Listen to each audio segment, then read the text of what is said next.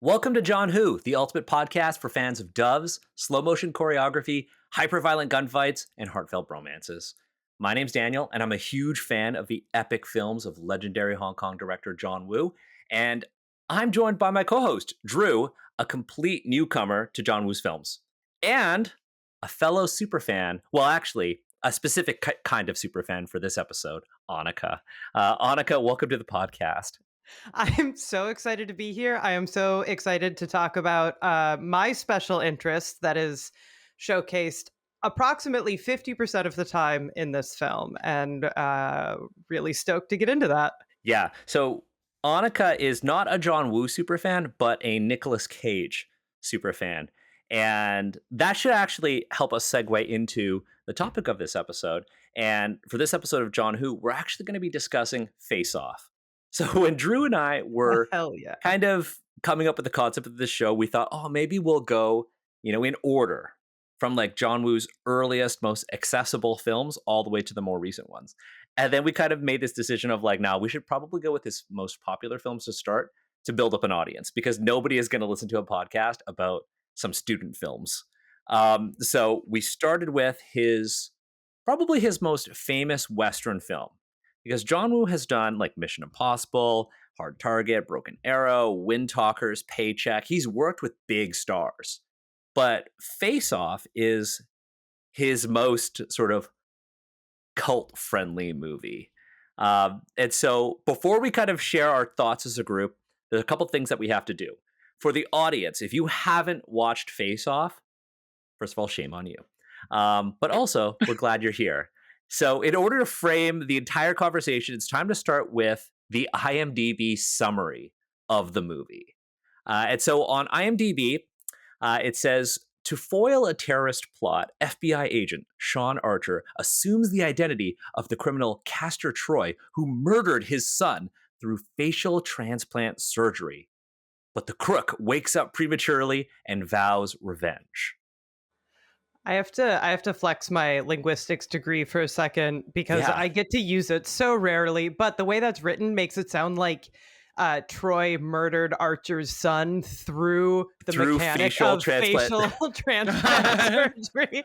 I'm like, that's a way shorter and way more fucked up movie to be like, hey, he tried to give the kid a different face, kid died. That's And crazy.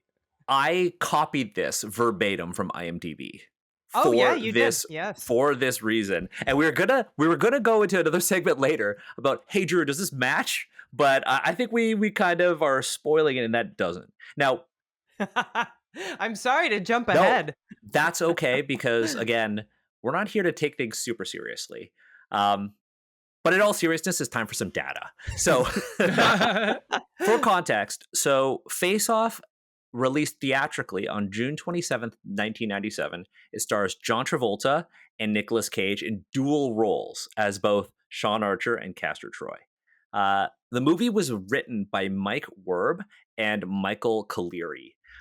Now, John Woo did have a lot of input into this. Fun fact, this is one of the few Western action movies that John Woo did where he had the majority of the creative control. And it shows when you compare it to his other films. The budget for this movie was $80 million. And on its opening weekend, it made close to $23.5 million. Its worldwide box office was $241 million. Now, there is a stat that I want to use to kind of reinforce how impactful any movie was. And that's a term called legs. So the legs of a movie refers to how strong and sustained a box office performance it actually showed over an extended period of time. So there is a website called The Numbers, which is the largest freely available database of movie business information on the internet. And it reports on the legs of movies. And so it's essentially a ratio of total box office performance, total domestic, I should say, and largest weekend gross. So the higher the ratio, the better the legs. And for a frame of reference, a movie that most people know about, Raiders of the Lost Ark, which came out in 1981. Never heard of it. Oh, No, I'm just kidding, I'm just kidding. Okay. I was about to say we're gonna start a whole other podcast. We gotta pause. We gotta pause because I Yeah. think we're about to do violence. If you did Yeah. not confirm. We're about to throw hands. Yeah. But the ratio on Raiders of the Lost Ark is 27.17. The legs of Face Off, 4.8. Ooh, rough. Yeah. So it's not a particularly leggy movie, despite the fact that it made like more than twice its production budget. Now, for folks who want to watch Face Off, maybe you want to watch it again, experience this cinematic masterpiece. Or if you're like Drew and you're watching it for the first time, there are a couple of ways you can watch it. The first one is VHS. This is my Oh my copy of God. Face Off on VHS. You just whip out an artifact. Dude, Face Off on VHS. There's also DVD. This is actually a triple feature DVD. It's got Face Off, Snake Eyes, and Bringing Out the Dead. There's also a Blu-ray. There are actually several Blu-ray releases of Face Off, and on streaming, it's available on Paramount Plus, Prime Video, Disney Plus, and Apple TV in select regions. Also YouTube, None of the apparently. Canada, not one of those. Oh, and YouTube, yes. Not like in an illegal sense, not like in a like So someone you can clipped buy it on into- YouTube. Yeah, 'cause Yeah. that's how I Now had to let's watch list it. all the illegal ways where you can find it. And just one long bleep in the middle of this podcast. Yeah, so that's it. If We've you got stand outside my window and look through it while I'm watching it, it's free for you.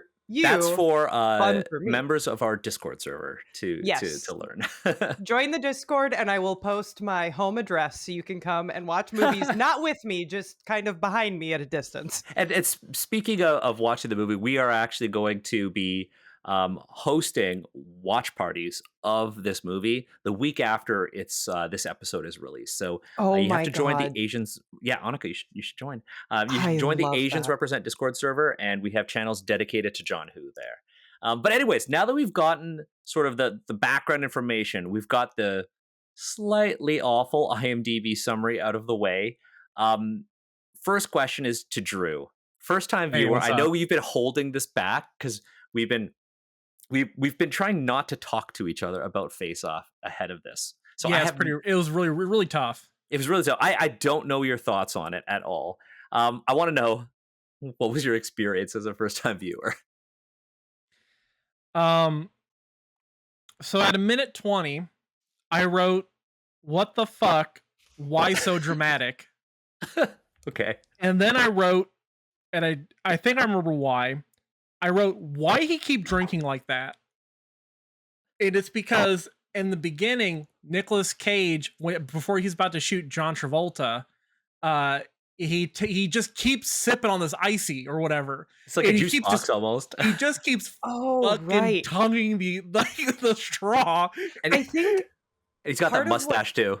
He's got that Yeah, mustache. and for anyone that either hasn't seen it or isn't like immediately clocking the part, it's the movie kind of cold opens on the fact that Castor Troy attempts to kill FBI agent Sean Archer, shoots completely clean through him and into the soft tissue of his child, which is traumatizing, sort of a fridged child trope, if you will. But as he's lining up the shot, he has a mustache, which apparently John. Okay, so apparently he was like, hey, you can do anything you want for your facial hair for this. And apparently Nick Cage just sort of showed up with the mustache, and John Woo was like, okay. But I think part of what works is that he is drinking through a straw and he has this creepy mustache. And if you think about like liquid delivery method and facial hair combination, that's the most repulsive, like Yep. McDonald's cup straw and that particular mustache paints a hell of a picture. And he just kept tonguing the straw. And I was like, oh, okay, this man's a pervert. Like, I have the word pervert written so many times in my notes, both Yeah, diegetically pervert. and God damn. non-diegetically, which we will get into. Yeah, there's a lot of that in this movie. It's interesting when Anica, you mentioned Nicolas Cage just kind of showing up and doing what he wanted. This is actually a part of the production of the movie. So one of the things that I think a lot of folks might experience when they watch Face Off for the first time is, holy shit, this is really melodramatic. This is super over the top. Everybody is overacting. I don't know. Drew, did you get that sense? Um, yes, it was like, okay, so it was like everyone. Okay, so there's the tight beam of the spotlight, Yep. and good God, it's doing its best to fit two leads, and they're both trying to shove each other out of the scene. So, okay, so what's really interesting about this is that obviously, like, John Woo brings decades of experience directing films in Hong Kong into the West. And to Western audiences, a movie like Face Off, or really any of his Western movies, will come off as like over the top, excessive, melodramatic. But if you compare the acting in Face Off, let's use that as our frame of reference, to like a Chinese opera, they're actually really similar. They're melodramatic by design. And in the book, John Woo, the films, it's actually noted that John Woo actually instructed the actors to do whatever they wanted in the scenes. He wanted them to be unrestrained. So he's actually quoted saying, if an actor wanted to cry, they could cry. If an actor wanted to smash something, they could smash something. And that actually shows in the movie where many of the actors have these like sudden outbursts. They just start doing random shit in the scene. Yeah, because the Travolta, he wanted to cry for sure, you know? And that's by design, because John Woo was like, be as free as you want to be within the scene. Or, sorry, I guess I'm mixing it up. I'm thinking of the character Sean Archer. Sean Archer as Nicolas Cage. Nicolas Cage is the one who's like, by God, I'm in prison and I'm going to keep crying. Yes, that's Sean Archer, which is John Travolta's character, but in Nicolas Cage's body, basically. Yeah.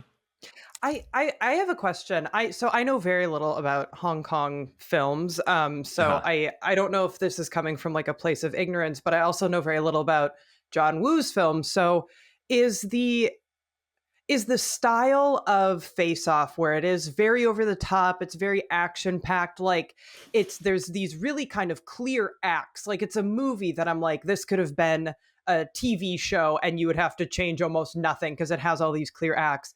Is that representational of like Hong Kong cinema as a whole, or is that more kind of that is very John Woo? Okay. This is super John Woo. So when you look at a John Woo movie, the things that he does aren't particularly unique. It's like there are a lot of other people who do slow motion. There are a lot of other people who do, let's just say, highly melodramatic, close, like scenes between two characters, right? There are a lot of other people who do like really kinetic action. But John Woo, the key elements of John Woo's movies is that he does everything to the extreme. So there's going to be like kinetic action. The hero, the protagonists are typically always self-sacrificing, macho, but also emotionally vulnerable. So they're not just like, oh, I'm like Arnold Schwarzenegger, or like in Predator, it's I'm like Rocky. You know, Rocky is like an emotionally deep character. And you see that in sort of Sean Archer, because he's self-sacrificing in that he is willing to sacrifice his entire identity and his family in pursuit of his obsession with Castor Troy. So Yeah. I would say you also see that in Troy as well, because the scene where his brother dies is like actually extremely sad. Like I mean, you see it to a much lesser degree than Archer, but I think he did a really good job of even making, and I do have a lot to say about Nick Cage, but also specifically like Troy's character, where there is depth. Like he does a really good job of making these very masculine characters also have depth and have growth. I think the sort of signifier for me in that's hard, because Troy grows and then regresses and you can especially see that in his relationship with women in the movie because he starts out, dressed, and I don't know if we want to get into this yet, No, we and can. but We No, can. go for it. Go for it. I find his relationship with women really interesting because talking about like something we maybe don't love as much as I'm like, this man's a little bit of a pervert. You start out with his relationship. The first time you see him interact with a woman, he's dressed as a priest and he's grabbing the ass of one of the choir ladies. And you're like, bad vibes, don't love what you're doing. And then he moves on to the airplane and you're like, good thing we got the weirdness out of the way. And then he delivers his absolutely Iconic mind-blowing line of I could eat a peach for hours, which just like gag city, man.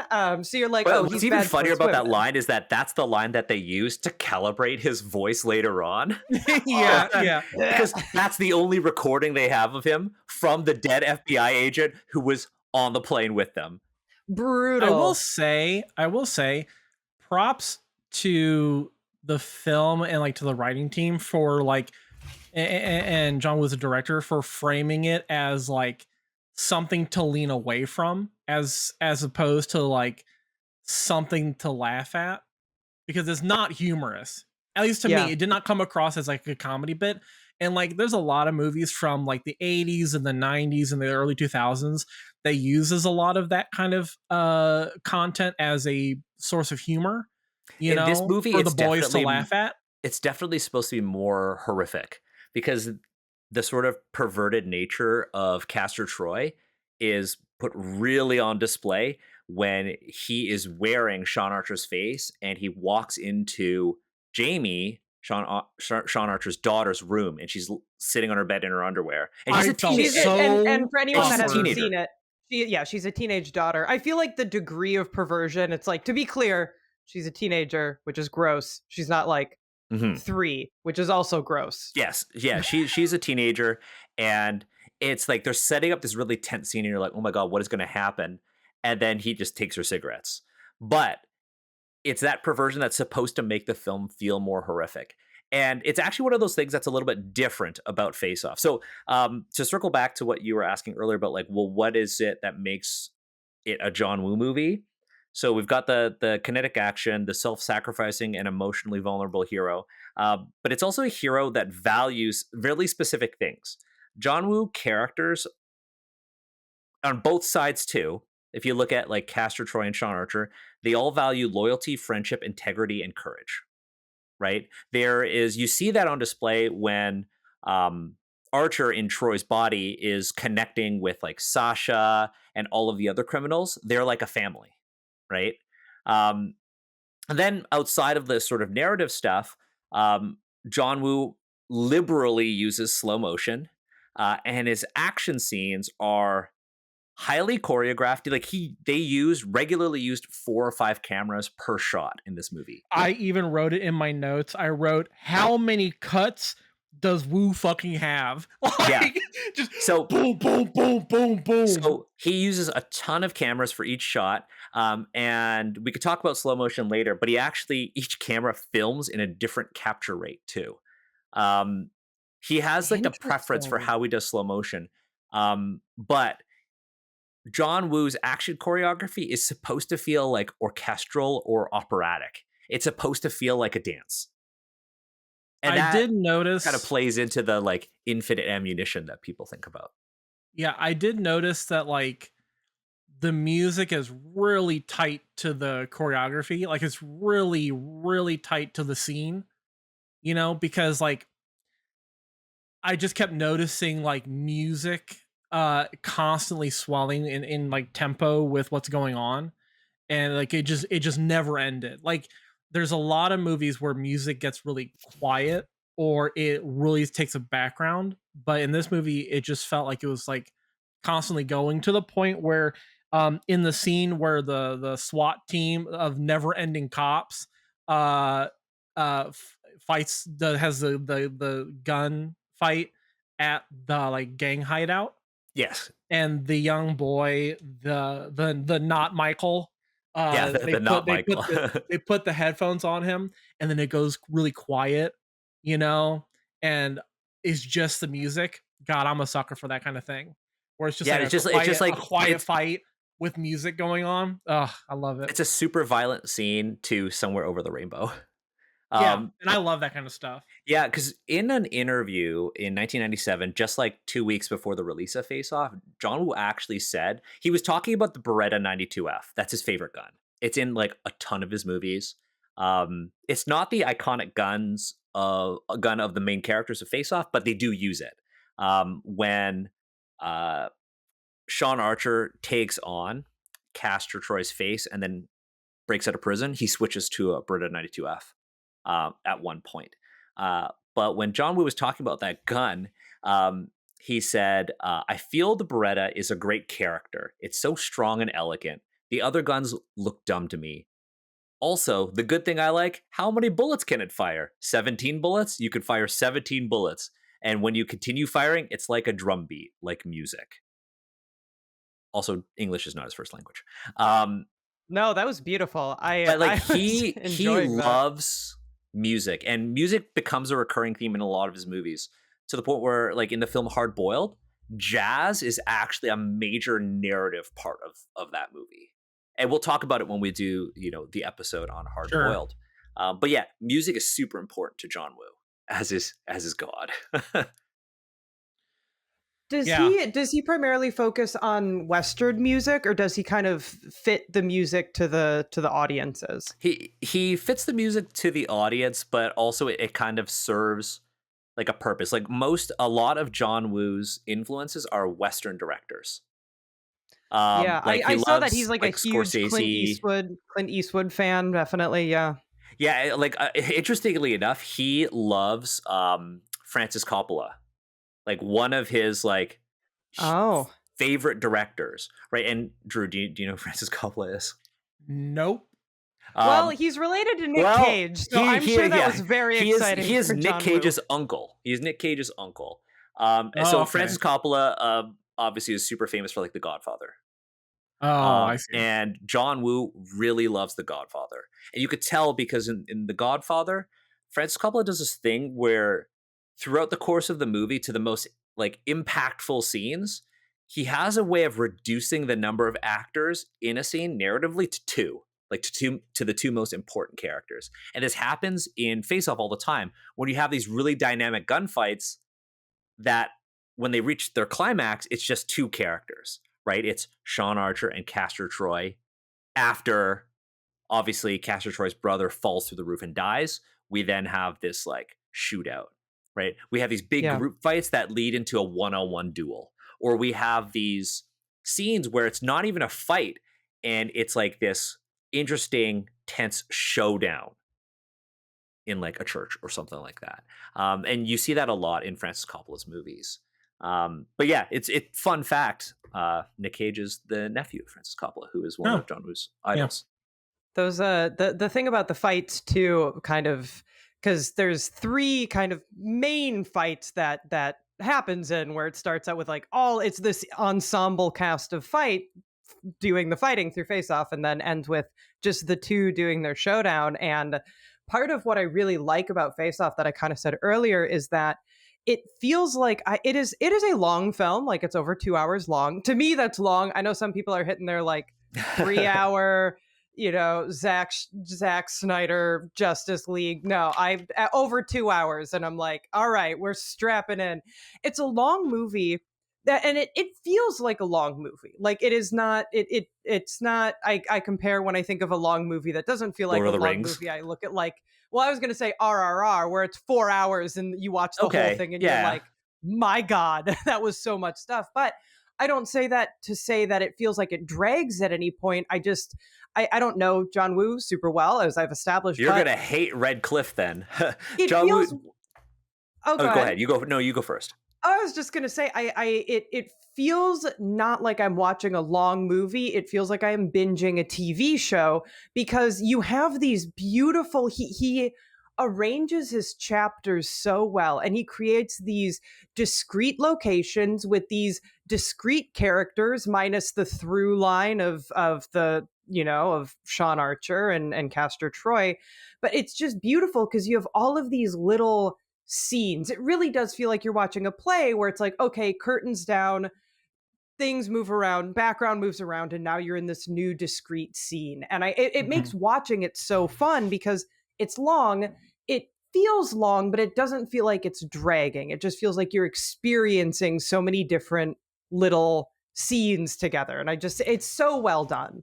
It really Yeah. plays into his like emphasis on choreography because every single scene, particularly the action scenes, he thinks about every single angle that he wants to film.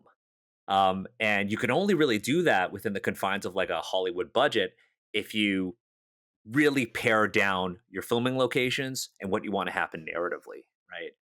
Drew, you were going to say something? Yeah, I was gonna say, like, my impression was, I remember I wrote down that I felt like this movie is like afraid of you being bored, in the sense that, like, I totally get what you're saying, Anica, but it also, I think that fast pace, especially in the first, I would say third of the film, it was such a blitz of information and like just rapid pace scene after scene after scene, that I was like, I felt like I was holding on to like the roller coaster grip, and like we're just hauling ass down the narrative track, But you he know? also The pacing is a little stop and start. Yeah. Yeah. some of that's intentional though. So Yeah. you mentioned like there are only like a few different set pieces, right? There's like the main hangar fight, that whole like airport area. There's like the chapel fight that kind of extends into this speedboat fight, and then there are like the little scenes in between, right? There's the prison and like the special ops. They don't even call them FBI, the special ops office. um but John Woo also does this start and stop thing with his slow motion as well. So if you think about the hangar fight, so in the hangar fight, um, Nicolas Cage as Castor Troy, that's the character he plays, crashes the plane into that hangar, right? So Troy, the Troy brothers are both in there. FBI and all the federal agents like swarm in, and they're ready for like another gunfight. And it cuts to this like close up slow motion shot of him reaching into his like lower back holsters for his gold 1911 pistols. It's slow motion there, and then it cuts to another slow motion scene of him jumping out of the plane and firing his guns akimbo. And this thing that John Woo does is like, I don't know if it's unique, but it's very much a thing that he always does in his movies, where he actually cuts between slow motion and fast motion to kind of give you this whiplash. So even though the scene itself is relatively static, it's just a dude drawing his guns and then jumping out and firing them. The slow motion to the regular motion, to so sort of basically the deceleration to the acceleration, kind of keeps you on your toes and makes the scene actually feel more dynamic, because he's constantly taking you in and out of the moment through slow motion. I feel like I need to like rewatch the film and like just stare at those moments. Like, watch the action scenes again. There's a movie called The Killer, and we're not going to spoil it. But in the span of like 2 seconds, John Woo actually not only changes frame rates, but also camera angles and lens types for one guy getting shot 3 times. God, Just I'm to gonna have to go emphasize back certain and things. rewatch Face Off again, and clearly watch The Killer, because he did it so flawlessly that I didn't And even what's notice interesting that. is that John Travolta and Nicolas Cage are both filmed at different frame rates. Huh. Because so John Woo has this thing. So in film, motion is can technically be like, I guess, manipulated in 2 ways. So there's a capture frame rate and then the playback frame rate. So if I capture something in 24 frames per second, which is like the standard, right? 24 frames per 1 second in your movie, 24 frames of film. If I capture in 24 FPS and then I play back in 24 FPS, it feels natural to the human eye, right? But then if you manipulate your capture frame rate and your playback frame rate, you get different effects. And what John Woo does is he has gone on the record to say that different actors look good with different frame rates. He said, So Chow Yun interesting. Fat, I can record him in any frame rate and he'll look good. And in this movie, John Travolta was filmed up to 96 FPS to get the slow motion, and Nicolas Cage was filmed up to 60 FPS for his slow motion scenes. And so when you watch them, they actually feel slightly different, and that's just because John Woo prefers the way that these lead actors look in slow motion. It's So very, the very odd. so the it's not contingent on who is meant to be in whose body. So it's not like he's like, oh, It's the Castor Troy actor. is It's the always, it's actor, based not the on the character. actor. Okay, that's Yeah. really, I really felt like I was so clever being like, yes, it makes sense that Troy would be at No, this, it's the and actor. the It's actor. That is it's to make wild. them look good. He's like, John Travolta, the human being, looks good if I do his slow motion this way. See, now I want to watch it, but like I want to see that, recognize it, but then also see them at a different frame rate and see if it actually looks better or not. I couldn't Wu's tell the way. difference. I couldn't tell the difference. I saw this in an interview when we were doing research leading up to this episode. But yeah, he manipulates slow motion in different ways. Like he sometimes uses slow motion to sort of communicate this sort of suspension of time. He uses slow motion to like isolate characters within a scene, kind of like how Nicolas Cage jumps out of the plane and it's like the moment is on him and he's firing his guns and clearly it doesn't look like he's going to hit anything. But this is to show that he's like a badass. Or slow motion is used to kind of accelerate or decelerate the viewer within a scene to make it feel more dynamic, even though what's happening is fairly static. I did like in that airplane scene when Castor jumps out and God, first of all, they do that maneuver in Face Off so many times. The side jump out with The like, side. they do that so many times in that film. But I did like that he did it and he looks cool.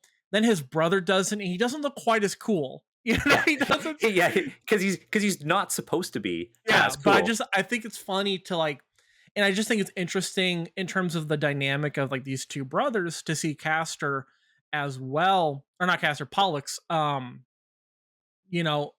to emulate his big brother, and he's just not as good at that kind of a thing, you know.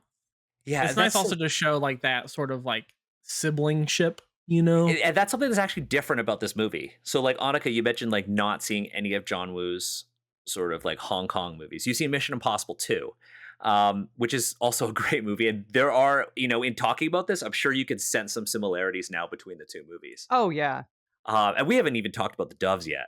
And we haven't even talked about like Infinite Ammo yet. We Listen, have not even talked about. Also, it is so funny, Daniel, to hear you. I prepared with the stuff that I know and notice. So hearing your notes that are so deep and interesting and thoughtful, and I'm looking at my notes being like, it's weird that the brother and sister kissed. What's up with that? Oh no, I've also got some weird I stuff here. also was like, I've hold got on some weird now. stuff in my notes too. We'll I move was on just to like- the weird brother sister kiss, but first, But no, the weird Yeah. brother sister kiss could actually work into this, I guess, in a sense. Because Face Off is unique among John Woo's movies in that it is one of the few that actually focuses on family. Family is not actually a core theme that John Woo explores or like touches on in his movies, but he does so in this one.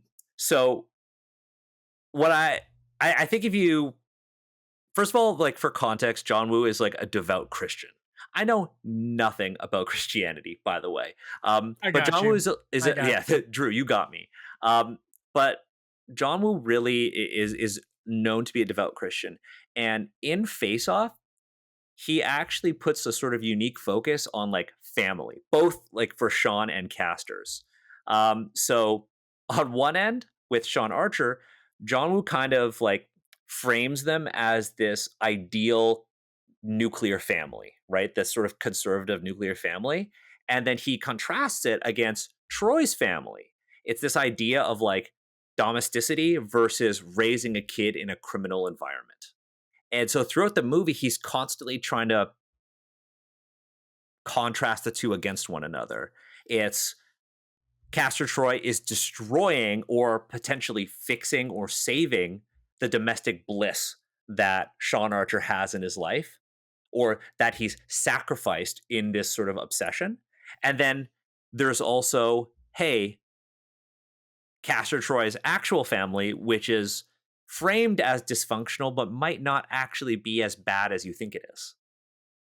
Yeah, something that I noticed in the film was, you know, Sean Archer's daughter is way unhappy, you know, Yes. just rebelling and trying to find her identity and who she is, and she's very unhappy with her parents, you know. And then, I mean, I understand he's 5, but you cut to the other kid, the young boy, and he seems pretty happy with his whole situation. You know, he's got a good mom who's taking care of him, and he seems like he's got it going on. And so I thought that that was interesting to show like the ideal domestic bliss is kind of not what it seems. It's not great for anyone involved. Nobody's happy. But at least with the other side, there is some happiness to be found. Yeah, I think I kind of want to push back a little bit on what you said, Daniel, in terms Yeah, go of for it. what I don't view I have to Sasha and Adam, so Yes, that's Troy's Adam's the Tr- Mikey 2.0. yes, Troy's baby mother, if you will, and his kid. I don't factor those into like the representation of family in this story, because I think John Woo really focuses on Castor and Pollux as that family unit. Like clearly this is, you know, tr- Castor's biological kid, but you have these brothers, Castor and Pollux, that are named after Castor and Pollux, who are from Greek mythology. They I'm are. not sure. I was going to say that they founded Rome. That is No, that's the Romulus wrong and Remus. As wrong yeah, two Romulus and Remus. brothers, but I think the fact that like John Woo went so far as to name them after extremely famous brothers from a mythology that I really thought I knew until this exact moment. I think that the idea is that if we are representing each of their families, you have, like you said, like this very nuclear, very like conservative sort of family, but then the other family, I think, is more about the brotherly love unit than the like paternal love. Like I Or is think it you about you the have brotherly love when Castor Troy is in his own face? Because when Sean Archer is wearing Castor Troy's face, his story about the criminal sort of family is very different because it's no longer about the brother. Because when he's wearing Nicolas Cage, when John Travolta is wearing Nicolas Cage's face, his interactions with the brother are very different because they only happen in the prison. And his interactions with Castor Troy's extended family, only that story is only told when Sean Archer is actually experiencing Castor Troy's life. Sasha and Adam only kind of emerge as players in the story when Castor Troy isn't even in his own body. Yeah, because we don't really see an interaction You between don't because Castor she's and not with like Castor Troy. yeah, He's not there. She was like, I didn't tell you about him. I don't tell anybody about him. She's with that other yeah, guy who gets shot in the neck and dies. yeah. Her that the brother who brother. kisses Her her. brother who kisses her, Yeah, right? It's weird, right? But you could tell he's raising Adam. yeah, That was also a weird moment because I really, really early on, Drew, you kind of mentioned the presence or lack thereof of comedy in Face Off, and something that I love. One thing that I love about Face Off, that I love about any piece of media, is I think what makes for really good media is that you can't have like, for me, what I'm drawn to is not serious and serious or absurd and absurd. It has to be absurd and serious or serious and absurd. So you can have like an absurd concept being presented completely seriously, or you can have a serious concept being presented absurdly. And I think that's what synergizes the best. And in the case of Face Off, you have this profoundly stupid concept. Like at the core of its being, face switching, body switching, voice switching is just profoundly dumb, and everyone plays it completely straight. And I think that's what makes it such a good movie, because on paper you're like, but wait, this is so dumb. And really at no point during it are you like, hey, and at no point is there any winking or nudging, because I hate a wink and a nudge. I strongly dislike a like, aren't we so clever? Isn't it silly we're taking it this seriously? I hate that. And I love that they don't do that in Face Off. But the one, I think, to me, the one comedic moment in there is during the fight in the drug den, where Sasha kicks a man in the nuts, which for anyone that We was were talking not, about nut we've been shots before talking we about started nut recording. shots a lot tonight, but she kicks a man in the nuts while holding her son Adam, and then she's like, I don't ever want to see you do that to anyone. And that's like the only bit of comedy in it. And it's this very endearing moment where you're like, oh, she's a good mother and this is fun, and and all of this cool stuff. And then maybe 30 seconds later is when she kisses her brother square on the mouth. And I had a really hard time squaring that whole scene, because it's like, this is fun, this is the one moment of like comedy, and then you're like, why? What was that about? I mean, all of our representations of family, we have this weird spectrum of like conservative, nuclear family, brotherly love, This weird like sibling incestual sort of thing. love. Well, that's what I'm Yeah. saying. Like John Woo in this movie is exploring family and contrasting the two between the protagonist and the antagonist in the movie, but then tries to deconstruct them when showing that they're really nuanced. Not the brother sister kissing. There's no nuance there. There's no There's no nuance never- there. It's There's no never nuance there. foreshadowed. It's No, never but it's the like, oh, this kid is all right. This kid is cared for, despite him Yeah. living in a drug den, surrounded by guns and all this. He's cared for. He has his favorite music. They think about him. They're constantly trying to protect him in this gunfight. Clearly, everyone's willing to die for this kid.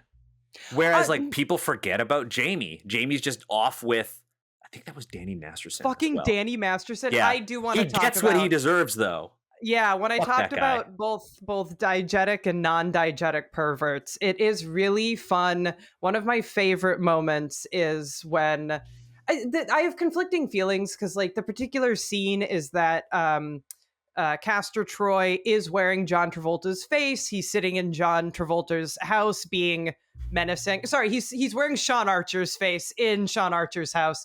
And he sees his daughter Jamie pull up in a car with her date, and her date tries to like kiss her, and she's like, no, and it becomes like a very tense sort of non-consensual scene. And Castor Troy is like, I don't love what's happening here. So he goes and he kicks the absolute shit out of Danny Masterson, which is really beautiful to behold. But I have conflicting feelings about that, because on one hand, going back to what I was saying about his relationship with women and how it's depicted in the film, like, you start out with kind of the gross stuff, and then there's this one really tender moment where he like saves his daughter from the type of stuff that he has very assuredly done to women. Not only that, but gives her a knife and teaches her how to stab people in case it happens again. And you're like, oh, here's this really cool growth for him, maybe, because you see this kind of growth with Sean Archer as he meets this kid and decides to like go easy on Sasha in the future, which doesn't really come to fruition because Sasha does not make it to the future, that much further into the future. But so I was really excited, because I was like, oh, we're going to see growth from both of these characters. And to me, and you two might feel differently, at the end, where again you have Castor Troy holding Jamie with a gun to her head, and then he like creepily licks the side of her face. I'm like, I was hoping you see growth in Sean Archer, and so much of this movie is about sort of this like the balance between these two, the interplay between these two. And I feel like I did not see any growth from Castor Troy. Do you guys feel similarly? No, I don't think his character grows throughout the movie. I think what's actually happening is we're just learning more about who he actually is. We know he's kind of a deadbeat because he's not taking care of Adam. We know that I think they established from the very beginning that he cares very deeply for his brother, right? Yeah. And we see John Woo even reinforce that with with how they approach the bomb, right? Because you think that, oh, they're going to set off this bomb and then it's going to be a race to like stop the bomb. But then once Castor Troy gets Sean Archer's face, he's like, you know what? I'm going to be a hero. And Pollux is like, well, what about the bomb? He's like, we're going to be set. And you could see that he's trying to take care of his brother, but he's always scheming. But whenever Sean Archer, John Travolta, is kind of in play, everything about Castor Troy changes because he becomes obsessed with Sean Archer, getting rid of Sean Archer. He kills the director of the FBI, right? And I think it's interesting how like not the characters, but John Travolta as a physical presence remains, no matter which characters he's playing, remains obsessed with Nicolas Cage, right? So it's like no matter who's in which body, that version, the quote unquote Sean Archer, remains obsessed no matter what with Castor Troy remains obsessed. I can't say Castor Pollux. That's not the right thing. Castor Troy. But yeah, well, that's the thing, right? Because that goes back to John Woo's sort of hero trope or protagonist trope. Because not all of the main characters of John Woo's movies are like heroes or good guys, right? Sometimes they're assassins. Sometimes they are police officers. But they're not always like morally ambiguous. But they're always self-sacrificing, right? And in Face Off, they're self-sacrificing to the detriment of what they are achieving in the moment, right? It's like a very Pyrrhic victory. Yeah. Yeah, it's very much the like, hey, I'm sacrificing my family. It's like, oh, Eve writes in her diary. First of all, who writes in a diary like that? But she writes in her diary, oh, we haven't had sex in 2 months. Because, you know, for 6 years, Sean Archer has been hunting Castor Troy, and he's sacrificing his family. Jamie is at odds with him, and she's just kind of, you know, she's being rebellious, right? But then you see, like, Castor Troy, he's sacrificing this potential new life he has just to get rid of Sean Archer. He's constantly putting everything in jeopardy because of this single-minded obsession, and he is no longer acting smart when it comes to Sean Archer. Yeah, he could have just not done anything, and people would have been like, "Oh, Castor Troy's out. Back to prison you go," and like, or shoot on sight. I'm the director of the FBI now. I just ordered a hit on him, but he doesn't. True. Instead, he like, you know, when he kills the director, he does so in a way that, if you think about it, in an autopsy, would totally reveal the fact that he didn't die of a heart attack. Not pan just out. This huge bruise on his hits him on the back chest. of the head, yeah. Hits him in the chest. Yeah. And how did nobody see that? First of all, right? But yeah, he is no longer thinking strategically when it comes to Sean Archer's presence in the story. So I don't actually think they're growing. What I actually think is he's becoming unhinged when he is around Sean Archer. Got it.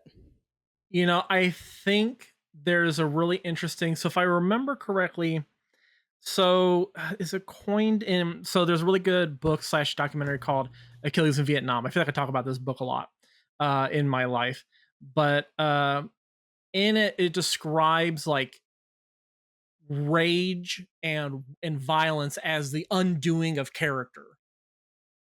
Like as rage and as violence takes hold of someone, who they are unravels at the seams until they become something that's not recognizable, you know? And so I think that could be an interesting sort of theme or framework to put on these two characters as one, who is Castor Troy is completely unhinged because he just surrounds himself with emotion, like just satiating emotions on a whim and violence.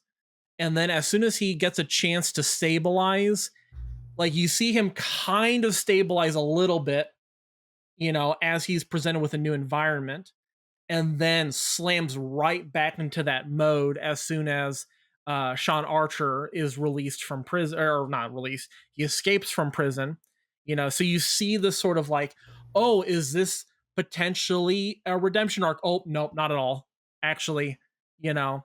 And then you see Sean Archer as a character, just as he has unraveled as a person over not just 6 years of trying to hunt down Castor Troy, but also over the course of the film, he just becomes more and more unhinged as an individual because of this. Yeah, that was just some It's thoughts I almost had. like he's he's finding that in victory, he is like he has taken away his own freedom. He's like, oh, I have beaten Sean Archer. I have taken over his life. But then he hates the fact that he has to now play by the rules. Mhm. Something that also just dawned on me is the whole, and this is not necessarily a departure, but as you were talking, Drew, I just realized it. The part where, Sean Archer's wife does the blood test and was like, "Oh my God, you really are my husband." And then she's like, "We were living together for a week as husband and wife," clearly implying like, "Hey, I did have sex with this guy thinking it was you." That Peach got ate for hours. Yep. That, yeah, true, valid. I think, okay, I think what she should have been more mad about is, oh my God, the guy that murdered my son was the person that came with me when we went to celebrate my son's birthday at what I At his believed was our son's. tombstone.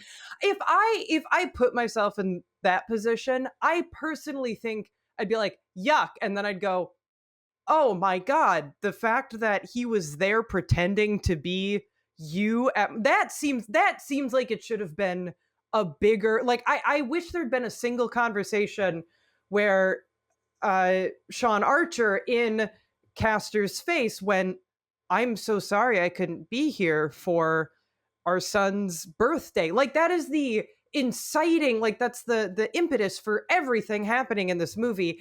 I just wish, I'm just making myself mad that I didn't notice this earlier. I just wish they would have been like, "Hey, sorry I wasn't there for that." Just a couple of lines and her being like, "Damn, dude, you're right. That's fucked up." And then move on with the rest of the movie. They could have done a montage at the end of the movie of them all in therapy. Yeah. They could have just done one of those like scenes where the camera pans across like a wall and then it cuts into another scene, and it's just like all of them with different therapists. I want the You no, I know, want the therapist to all be CCH Pounder because she needed more screen time. I love her. I'm actually surprised. I honestly was surprised that there was a good ending, because I really started to think that in that sort of vein of like tragic heroics or pyrrhic victories, I thought that in the end of all of this, he would lose everything. I It's would not have really a liked John that Woo better. thing. It's not really a Uh, John Woo thing. He's I very wish. much like a victory through sacrifice kind of guy. Like a main character will have his integrity restored even if he dies. But he didn't sacrifice anything. But that's still considered a happy ending. In this case, no, he didn't. There is not much of a sacrifice. Well, you could say there's a sacrifice, but to your point, Anica, it's not explored. What does he sacrifice? Well, I guess from his perspective, he sacrificed basically a week of his arch enemy living as him with his family, sleeping with his wife, creeping on his daughter. Um, That's everyone else's sacrifice. but that's the thing, though. Not But that's the thing. his. It's like self-centered. It's like John Woo is putting that Um, on the main character, and this goes back to the sort of like conservative Can I idea ask, of the like I am the man of the house. how does John Woo generally write women? Like, is he generally pretty good at writing women? Because like the women in this story are pretty underwritten, and a lot of this is about like, it was me as the husband. It was my Yeah. sacrifice that you had sex with someone that you didn't know. You thought like that. Yeah, that's the point I'm making. That this is the way that he writes, or because he's not the writer of this movie, but he had creative input. His movies typically don't have like female protagonists. That's totally fine. It's helpful for me to know, like, hey, is this just how the story is, or like, men oftentimes have a hard time writing women, and that's not necessarily like me being like, and that's why John Woo's bad, cancel him. But it's just it's helpful for me to know, like, Yeah, I think is this on par with his stuff? Because then I can kind of temper my this is expectations. on par with his stuff, right? I think to my the only movie that I can recall where the protagonist is like a femme character is actually a remake of one of his earlier Hong Kong movies called The Killer, and actually the remake came out this year. And it's got Natalie Emmanuel is the lead, originally Oh, played cool. by Chow Yun Fat. Haven't watched it yet, but yeah, most of his protagonists are men, and most of his movies are about like two male characters and how their stories kind of intertwine in destructive ways. Cool. Okay. That's just helpful for me to know. Also, Drew, I'm sorry. I think you wanted to say something. Didn't mean to put you on the spot. I don't remember. I just started going on my tirade about like, You- I don't like when you- women are only in the context of I, a man, sacrificed my wife to this dude. And it's like, and that's a how does the fair wife feel? fair criticism. That's a fair criticism would of his entire say- filmography. I would say the sacrifice, it's not really a sacrifice, it's the potential of it's the willingly accepting the risk, where he does lay out very explicitly before the sort of transmogrification of their bodies. He does pretty explicitly in that scene state all of the risks of, like, you're asking me to break the law and what I believe in and put my family at risk and this and that and the other. And then goes, fuck it, we ball, you know. I would say that is probably the point of sacrifice. Again, not because he does sacrifice something, but because he's willing to put all those things at risk. I don't know. But it's centered. Anica, are you saying that it's centered around the man? The sacrifice is centered around the man, even though everybody else is sacrificing, is actually also making sacrifice. I think the just my beef around, I don't know. I'm not trying to say that like it's centered around men and masculinity. Because my beef with that is not a beef specifically with this movie. It's just the beef with like how a lot of these types of stories can go. Where it's about two men and it's about masculinity, and oftentimes women in that case are, they're supporting characters. That's not necessarily my issue. My issue is that I don't like the threat of sacrifice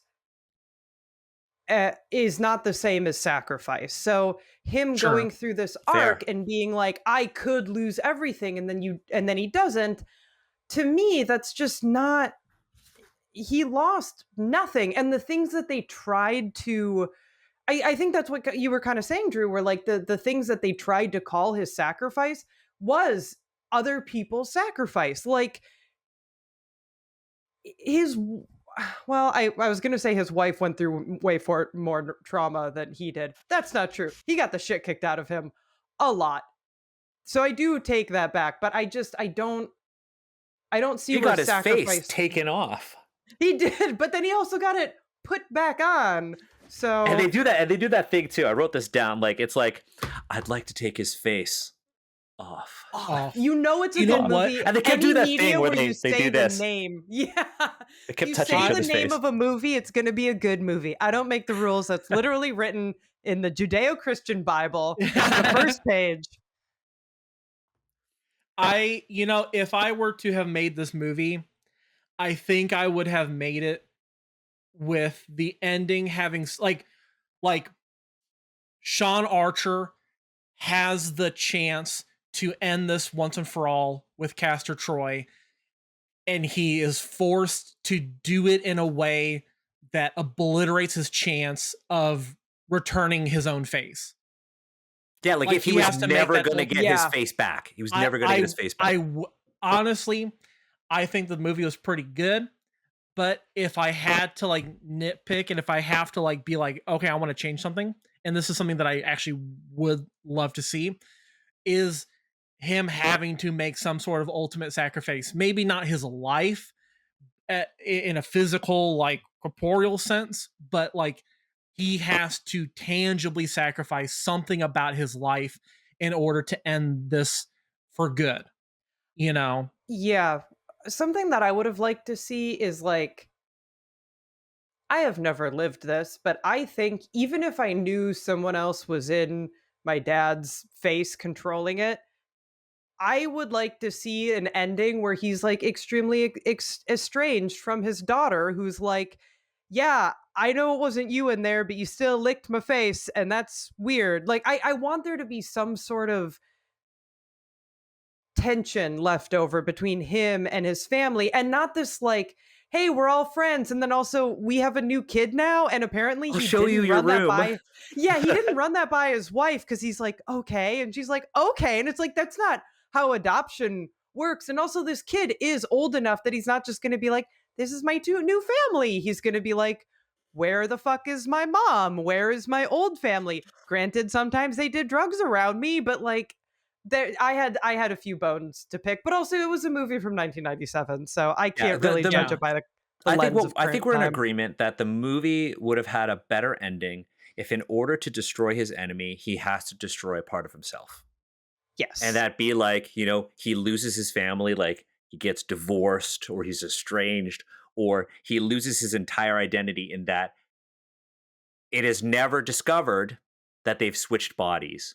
And Castor Troy, which is Sean Archer, actually murders, you know, Sean Archer, but it's actually Castor Troy. And so the movie could end with him killing a federal agent and then going down a dark path Yes. Yeah, I and would have loved questioning to see whether or not that. it's actually worth it. Yeah. Or One like the of final my shot is Oh, just go ahead. Go like ahead. Yeah. him. I love this sort of thing where his family like believes that real Sean Archer is dead, and then it just cuts to like Sean Archer and Castor Troy's body like looking through, like from afar, being like, oh, I can never see them again, looking through their window, much like you. If you listener/viewer join the Asians Represent Discord, you can come to my house and look through my window. Oh my god. Yeah, there's a lot that could have been reworked with this movie. But there are some things that could have gone very wrong with the movie. So when I was doing research, John Travolta and Nicolas Cage weren't the first picks for the leads. Oh, let's get into this. Yeah. Okay, Let's so talk you- about right. Sylvester goddamn Stallone. Arnold Schwarzenegger and Sylvester Stallone were actually the original picks to be the leads. And then John Woo was the one who said, you know what? It's got to be John Travolta and Nicolas Cage. There were other pairings It's too. Like, gotta be Coppola's nephew. it's gotta be Yes. Coppola's nephew. I gotta get And an he needs in. to introduce me to Coppola. I gotta get an in. I don't care if he's good. Had he won an Academy Award by that time? Had I Cage don't think won so. his I award thought by that was then? a pretty recent. I think that was like a weirdly recent thing. No, Nicolas Cage's Academy Award came Oh, it was the year before, 1996. year before. I want this Academy Award winning nephew of my hero. But there was also Michael Douglas and Harrison Ford, Bruce Willis and Alec Baldwin, or Jean-Claude Van Damme and Steven Seagal. And then Jesus. this is a crazy one: Denzel Washington and Wesley Snipes. If they I had picked was Wesley so Snipes, worried though, you were going to say a white actor as the second one, and I was like, yeah, they'd try before that in Tro- 1997. before Tropic Yeah. Thunder, there was Face Face off, more Off. like race off. Like And then Robert De Niro and Al Pacino. But That one would actually probably be pretty good. That but we actually those two- got Heat, and Heat was an incredible movie. True. Something that I really like. Oh, sorry. Go ahead. Oh, I was just gonna say, I feel like a number of these combinations would snap pretty well, but I do think there's a level of overacting that could only be brought by Cage and Travolta, that only they could have done. Can you imagine? that I just Can you imagine loved. Bruce Willis tried to say, I could eat a peach for hours. But Bruce Willis? Or You know like, what? or I like, can't, just like, and that's a shame. or like Arnold Schwarzenegger pulling off that line. You know, like, oh, Who was the I could eat a horrible peach for one? I could hours. eat a peach for hours. Who's the guy Like, with the ponytail that you listed? The real piece of Jean-Claude shit. Van Damme? No. The piece of shit that you listed, like horrible ponytail guy. Horrible ponytail guy? Steven Seagal. Steven Seagal? Yes, Steven Seagal. Could you imagine Steven Seagal? If I heard him say, I could eat a peach for hours, I would walk in front of a bus. I wouldn't even open my door. I would just go through my wall like a Looney Tune in front of a bus. Yuck. What's great though is that Jean-Claude Van Damme did work with John Woo on another movie, Hard No Target, hate which we're to- gonna watch, and it's gonna be great. No hate to Jean-Claude Van Damme. No, He's hate, but wonderful. lots of hate to Steven Seagal. Fuck that guy. Yes, they do this really well. And I think part of what works for Face Off is it's a really good movie if you're like a little bit stupid, which I am, because whenever people talk about Face Off and they're like, dang, the acting in it is so good. No, I'm fully, because they do such a good job of capturing each other's mannerisms, I am fully just like, I can't believe they had face surgery like this in 1997. Like, because The they fucking do. lasers. Oh, yeah. I have a fun story. So I have my mom is a dermatologist, and we watched, I think, Ghost Ship together, if you guys remember that movie. Yeah. And in it, there's like, you're missing nothing or everything, Drew. Your listenership will probably have opinions on which one I I have say there. no idea what this movie is. It's a dumb, like, it's bad. It's good. But in it, there's a ghost. Yeah, Daniel, go ahead. Sorry, I hit the wrong button. I was trying to mute Oh, no, you're myself. good.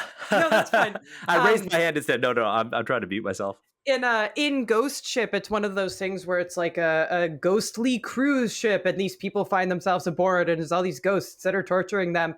And there's like a ghost surgeon who does exactly that, where he like goes up to someone and carves just like a circle around their face, and then their skin, they just go, oh, and then their skin, like horrible CGI, rolls off. And watching horror movies with parents is the best thing you can do if you don't want to be scared anymore, because it's usually dads that are like, well, that's not how chainsaws work. That doesn't make any sense. But instead, my mom is watching that, and she's a very like pretty reserved person, but she's like, that's not how skin works. You don't just cut a circle and it falls off. There's tendons, there's ligaments, things are connected. And I had her voice in my mind as I'm watching Face Off, and they just do the laser around and then take the suction cup and pull the face off. And I'm just like, that's not how faces, there's so many connective things. And the little like nostril holes just cleanly coming off. And I'm like, that's not how nostrils work either. Yeah, the little suction is like a. There's skin on the inside too. Like it Yeah. keeps going.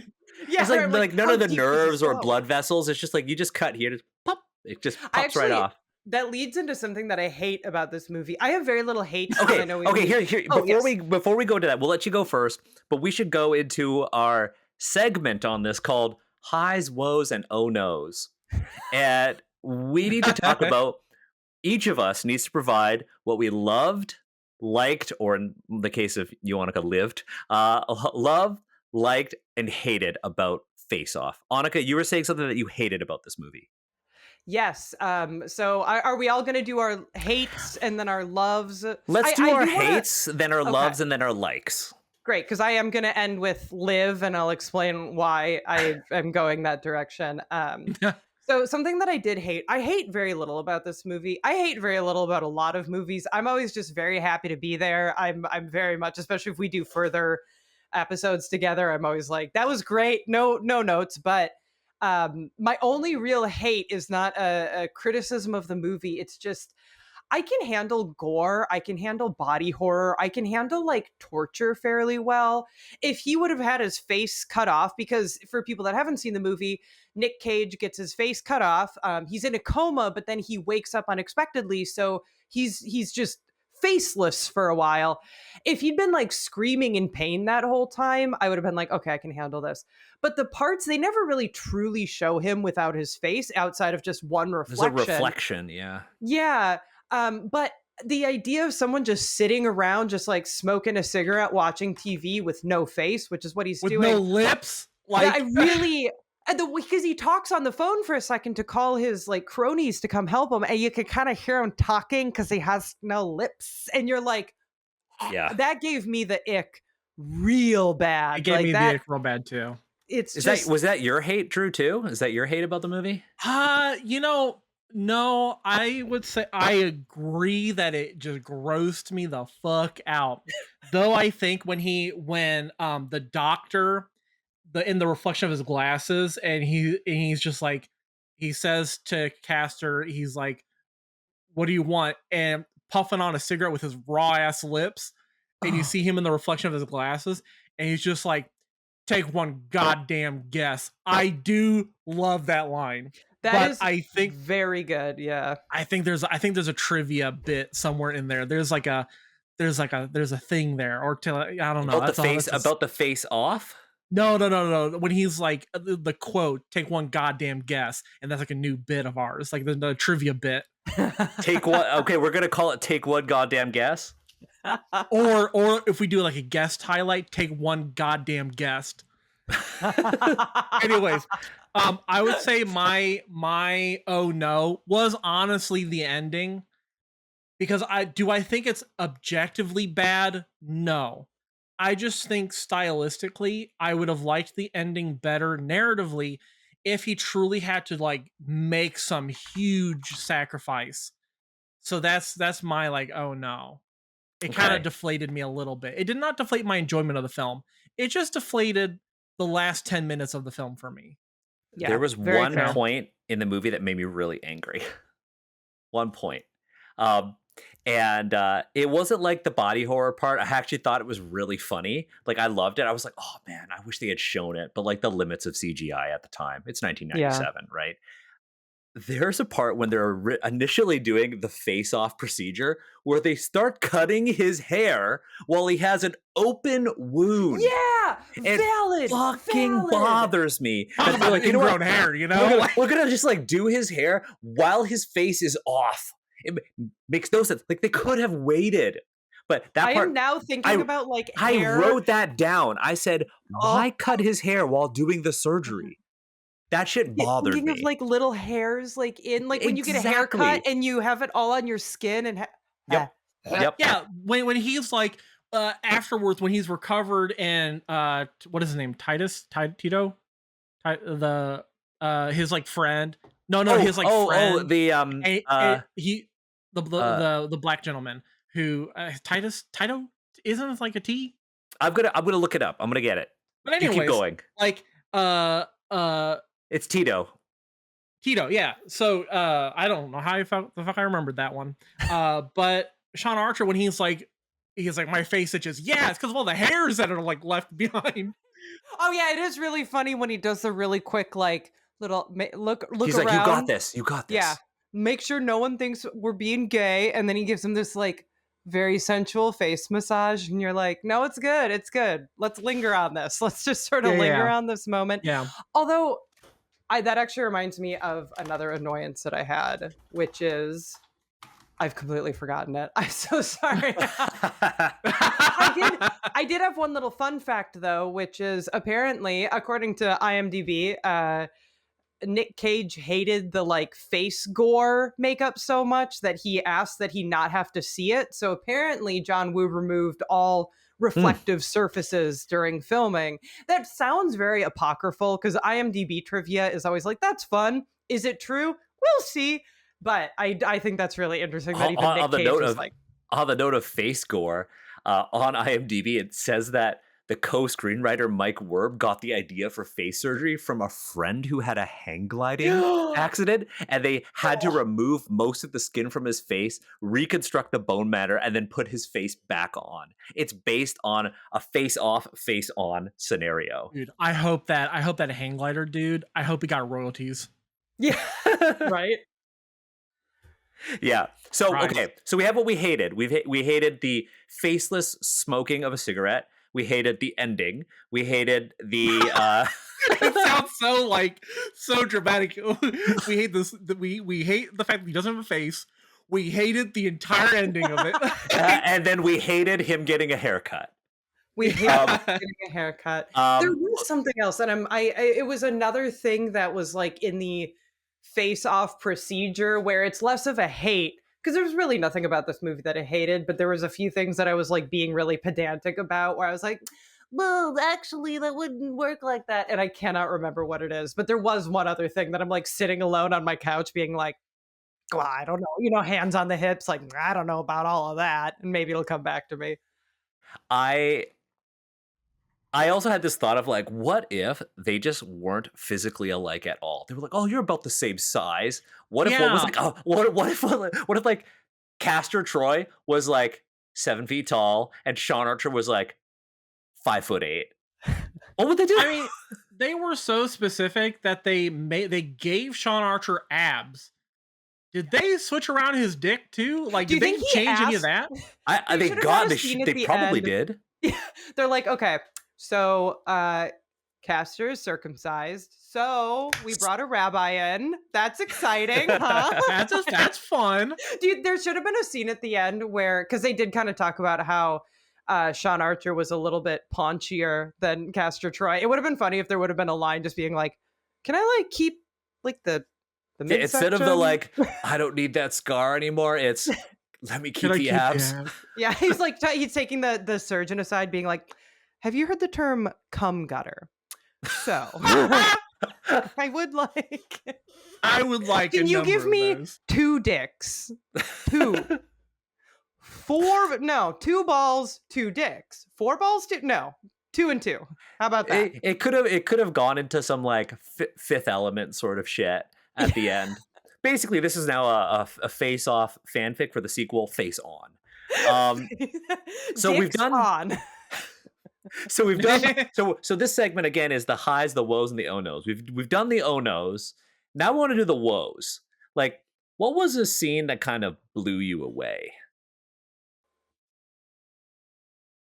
Okay, I have a thought. Okay.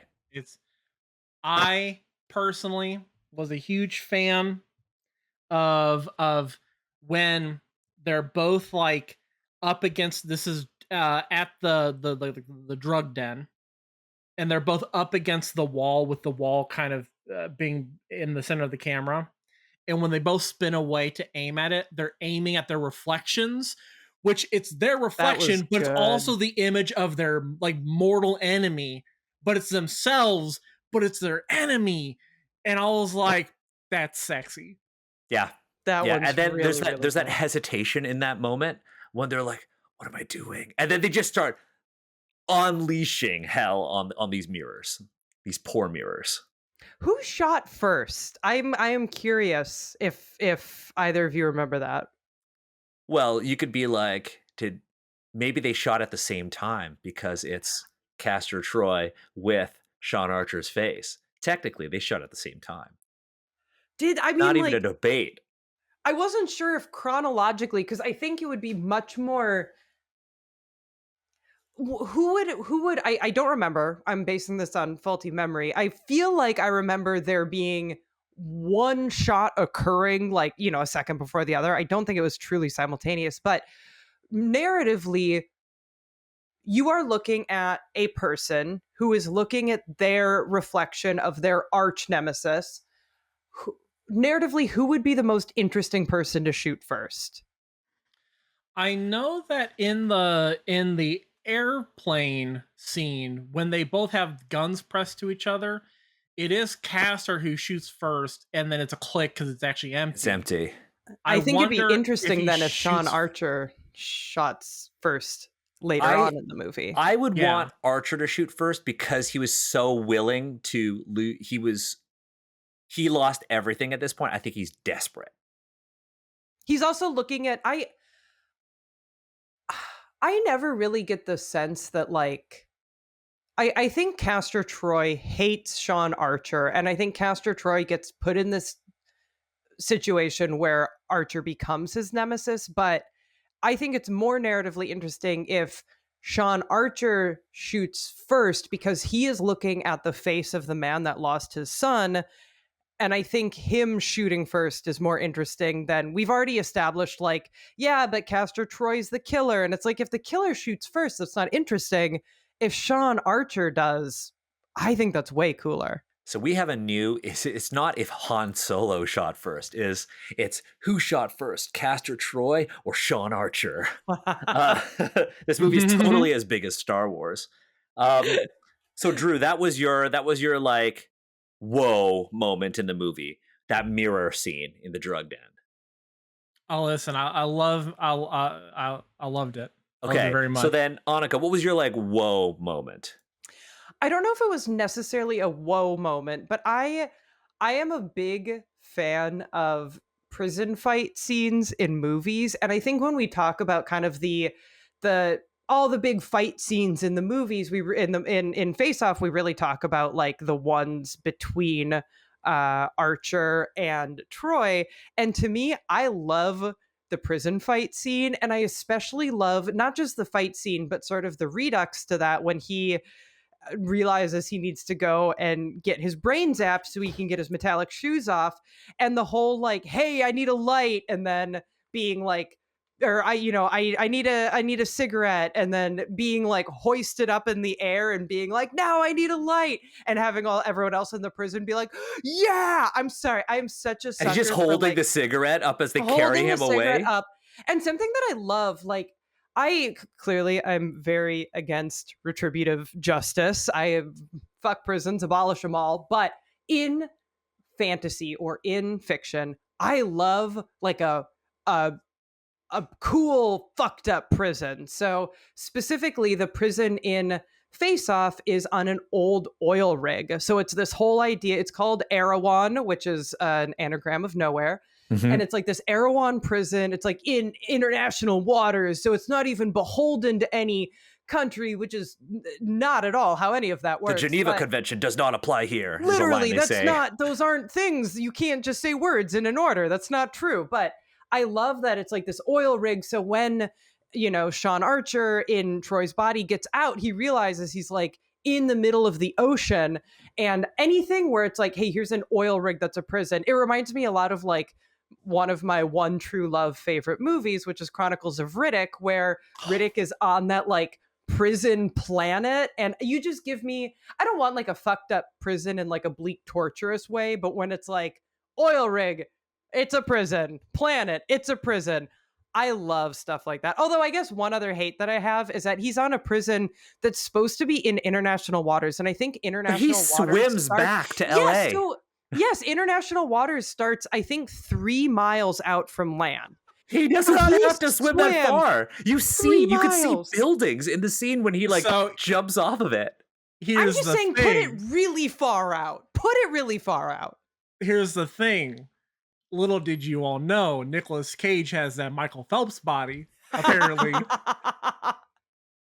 And also, they were like, he died. The helicopter could have just been like waiting for him to come up for a breath. No. Yeah. It's just he's just swimming. He's just swimming all the way back. I will say, based on, not, again, this is just me being a pedant, but the height that he falls into the water from, that man would have died from a saltwater enema 100%. Like the height, I'm like, I'm sorry. They were right to say he died. At that height, you are hitting water that functionally has the same impact as concrete. So I'm like, part of me, again, I'm sitting on my couch, hands on my hips, being like, But in the face-off procedure, when they were giving him abs, taking away his scar, they also gave him an adamantium skeleton and a healing factor. That reminds me of the other thing that I was upset about, where they're like, hey, here's your new voice box. Don't bump it. Otherwise, it'll get messed up. And then he proceeds to get just karate chopped in the throat like 50 times, especially the whole prison fight. But you didn't know he does this. He goes... Also, they gave him an adamantium double chin so that he just couldn't get hit. But also, I love how they're like the anachronism of, hey, here's a microchip that is small enough to fit in your throat without looking weird, but also here's a floppy disk. This is from that era of Hollywood where anything that they couldn't really explain was just a microchip. Like, how did they do that? It's a microchip. Don't even worry about it. It's beautiful. Yeah.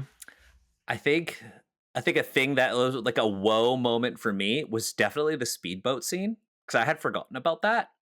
And there's that one point when they're going towards this Coast Guard ship, and he pulls out the submachine gun, and he's just like, "Brrr!" And he just lights them up. They don't return fire at all, and then he just drives the speedboat through this other boat. There's this massive explosion, and nothing happens to his boat at all, unscathed. But it is the most epic explosion in that entire movie. That was like my whoa moment. I watched it with my sister, and when that moment happened, my sister just went, "What the fuck?" and then not like 30 seconds later, they're fighting on top of the one boat, and Nicolas Cage, the stunt double, he hangs off the side of a speedboat, and that's a stunt double doing that. Like that is like fucking skiing on water. Skiing on water off the side of a speedboat after getting tossed over. And he gets ragdolled until he like stabilizes himself. That like underrated action scene. Stunt doubles deserve an Academy Award category. Just saying. They do. Actually, I will die on that hill. Like, holy shit, yes. God, that scene is so good. That scene is so great. So then, like, the last thing is the highs. What is the number one thing that you love about Face Off? I'm going to start with you, Anica, because you are a diehard Nicolas Cage fan. So if your answer is Nicolas Cage, that's valid. My answer is I am literally wearing a Nicolas Cage sweatshirt right now. I sleep on a Nicolas Cage pillow, which actually, when I say that, that sounds weird. I am not like one of those stands that like, I'm not like a Taylor stan for Nick Cage. I'm not like, well, Nick thinks this and Nick thinks this. It's a regular pillow, not a body pillow. Yeah, I'm not a pervert. Much like Castor Troy, I am not a pervert.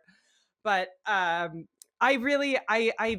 love the acting. Like, I think it is so incredible that what Nick Cage and John Travolta are able to do. Apparently they've spent like a week together ahead of time and kind of figure out what they're 2 weeks together to figure out like mannerisms that would work for each other. But Nick Cage is his best self in this. And then I get double the dose of Cage because you have Nick Cage being Nick Cage, but then you have John Travolta being Nick Cage, and it works. And I'm watching Nick Cage when he's not even on the screen. And it's just, I love the acting. I love Cage in that role. And I love Travolta playing the role of Nick Cage. You get double the Nick Cage. Yeah. I really do. Drew, what about you? What is it that you loved the most about this movie?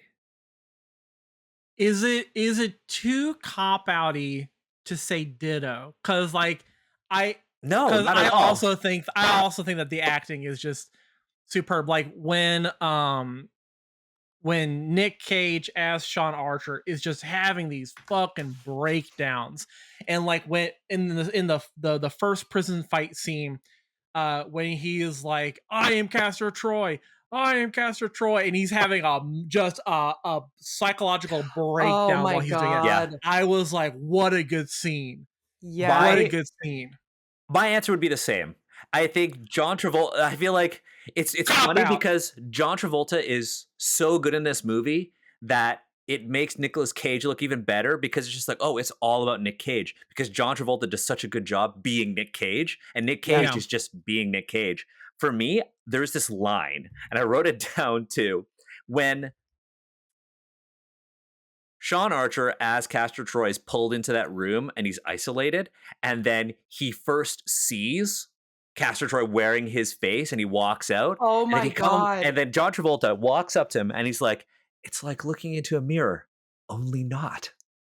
Like, I love that moment in that movie. That might be my whoa. That might be my whoa, where just the door, and it's that moment where that Sean Archer can see Castor Troy in his body, but you as the audience haven't seen it yet. And just the look of like dawning horror. It's just, it's so good. And it's how John Woo actually uses slow motion in that moment to kind of suspend time, so you can actually experience that and take that in, right? Yeah. It's not just the slow motion in the action scenes. It's the slow motion in these huge reveals, right? Oh, that's so good. I love I it. really whenever I watch that movie, I have that same sort of experience.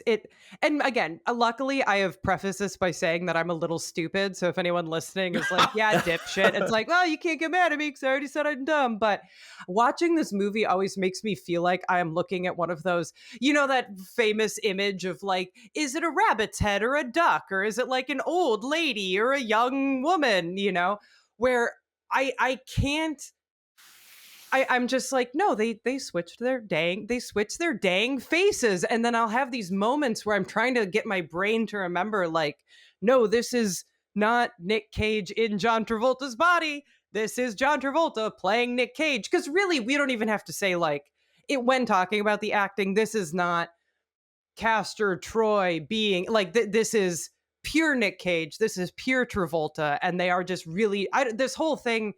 Daniel, that we just mentioned about they spent 2 weeks together to figure out mannerisms. It's like you didn't have to. That you didn't come up with new mannerisms for these characters. You just pretty much played yourselves, and I think it's amazing. they spent that time together to figure out how to best deliver the lines in a way that the other actor could also communicate That to the makes audience sense. that they are that character. It's like Because they just if delivered it like they talk, so it's yeah, like it's amazing. like if Nick Cage is going to be so unhinged as Castor Troy, John Travolta needs to learn how to deliver that unhinged character, but without being Nick Cage. If that makes Ugh. Yeah. sense. I think that because the acting is so superb in Face Off, it suspends the disbelief for you as opposed to forcing you to try to do the legwork to suspend your own disbelief. Yes, very well They said. put the work in for you to do that. Yeah.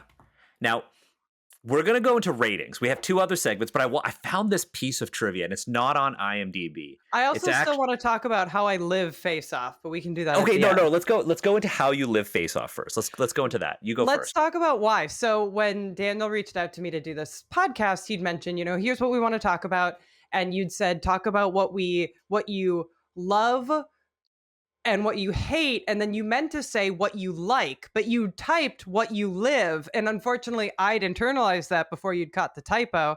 So I made a bunch of notes about the way I live Face Off. And I think it's really important to not only watch movies and think about what you like, but what you take and apply to your own life. So there are the goods and the bads. I live Face Off because I'm a workaholic like Sean Archer. I live Face Off in that I am, to the best of my knowledge, not a pervert, also like Sean Archer. Like, you never know really, but I'm fairly confident I'm not being pervy to anyone. And also, it's cool to be a complex person. I try to have complexity. You have your hero who's all like, hey, I'm a hero, but at what cost? Well, as we talked about, at no real cost. So maybe that's not a great example. But my moment, I had my moment. I'm a millennial, which means I make a lot of like darkish humor jokes. But there was that moment in the scene in the church where Troy is like, yeah, I killed your son, and you took it personally. And then Troy goes, what Troy says to Archer is he goes, why couldn't you just kill yourself or let it go?